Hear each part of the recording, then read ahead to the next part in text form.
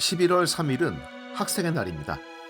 이날이 학생의 날로 지정된 이유는 상식에 가깝습니다. 바로 광주학생운동 기념일이기 때문이죠. 교과서에선 대충 이렇게 배웁니다. 나주와 광주를 오가는 통학기차 안에서 일본인 학생이 조선인 여학생의 댕기머리를 잡고 희롱을 하자 이에 분개한 여학생의 사촌 동생이 분노의 주먹을 날리고 패싸움이 벌어지는데 역장 이하 일본인들이 조선 학생들 좀만 남으라며 뺨을 때렸고 경찰도 조선 학생들만 족치는 등의 차별 대우를 했고 이에 분개한 광주고보 학생들이 시내로 진출하여 항일 시위를 벌인 것이 11월 3일이라고 말입니다. 그래서 희롱당했던 박기옥과 그 사촌 동생 박준치의 이름은 역사 교과서에 굵직하게 남아 있습니다.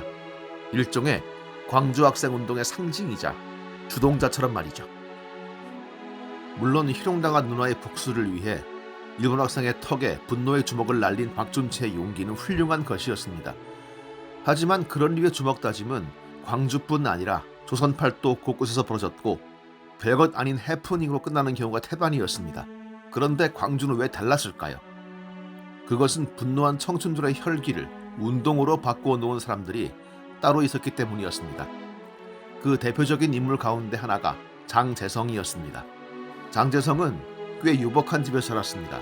광주에는 광주 1고, 광주 3고, 요즘은 동성고등학교죠. 진흥고등학교 등 전통의 야구 명문들이 여럿 운거하고 있거니와 이미 1920년경에도 야구단이 여럿 있어서 대회까지 치르고 있었다고 합니다. 장재성은 그중 남동이란 팀의 주전 선수였고 광주 대표로도 선발되기도 했었죠. 그 시기에 글러브와 배트를 구비하고 있었다면 돌이켜 휘두르고 낯질의 하루를 보내야 했던 또래들과는 질적으로 다른 형편이었다는 얘기겠습니다. 하지만 장재성은 야구보다는 다른 쪽에 더 관심이 많았습니다. 광주고보 5학년 때에는 광주고보와 농고생들을 합쳐 성진회라는 독서 모임을 만든 건 그 한 예죠. 그 이름은 장재성의 친구 왕제일이 지은 건데 이름부터 좀 느낌이 남달랐습니다. 깰 성 나아갈 진. 당연히 그 모임은 술 먹고 숙취해서 깨어나는 그런 모임은 아니었습니다. 그들은 식민지 청년으로서 자신들의 현실을 각성하고 새로운 길로 나서고자 하는 성진회였던 것입니다.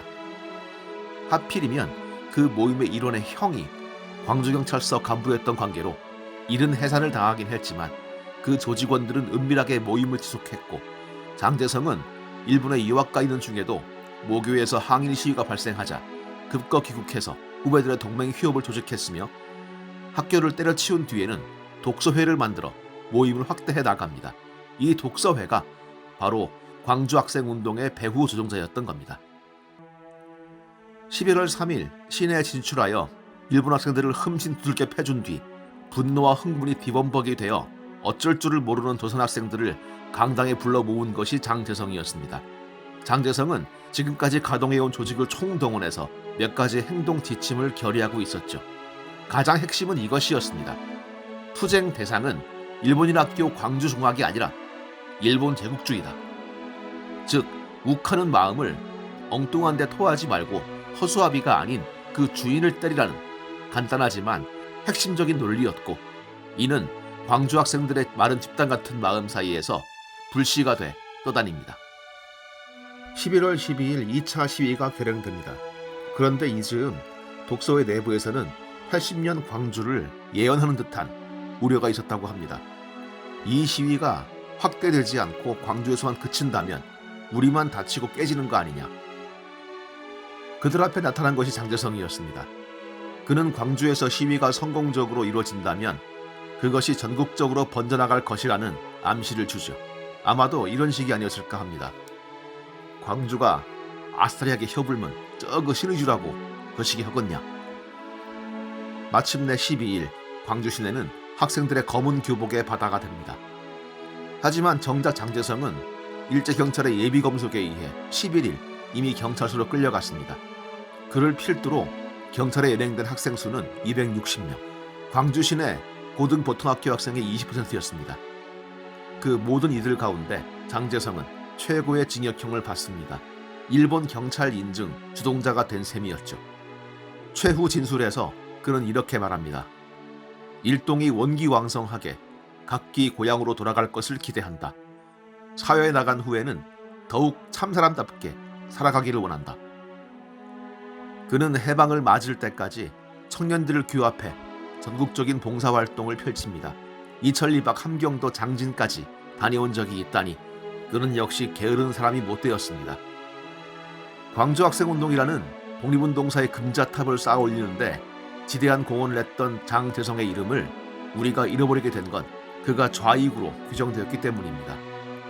실제로 그는 사회주의 정당 조직에 가담하기도 했고 해방 뒤에는 건국준비위원회 활동하는 가운데 북한에 다녀오기도 했습니다. 그 죄로 말미암아 그는 광주학생운동의 주동으로 받은 형량과 같은 7년형을 받습니다.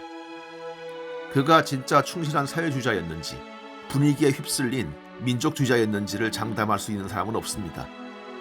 극좌부터 극우까지 총 천연색의 정치적 스펙트럼이 생생하게 살아있던 당시에 북한에 갔다 왔다는 이유로 빨갱이라고 단정 짓는 것은 지나치게 무리한 처사이니까 말입니다.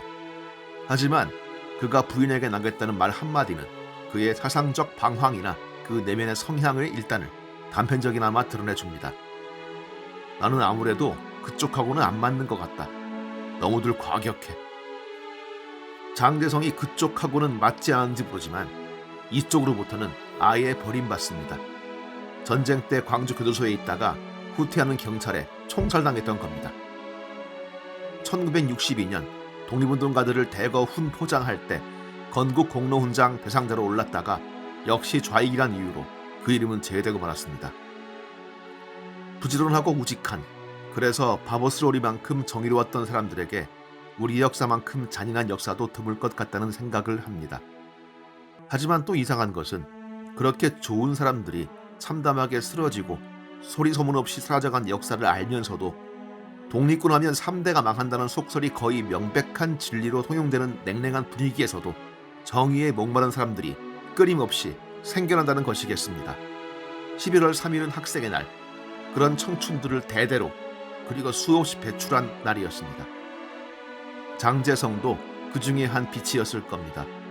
보름달만큼 밝았지만 역사의 블랙홀로 흔적도 없이 빨려 들어간 한 빛이었을 겁니다. 이제라도 11월 3일 학생의 날에 이르면 그 이름 석자를 더듬어 보고 싶습니다. 1929년 11월 3일에 빛고울을 만든 사람 중에 하나, 장제성.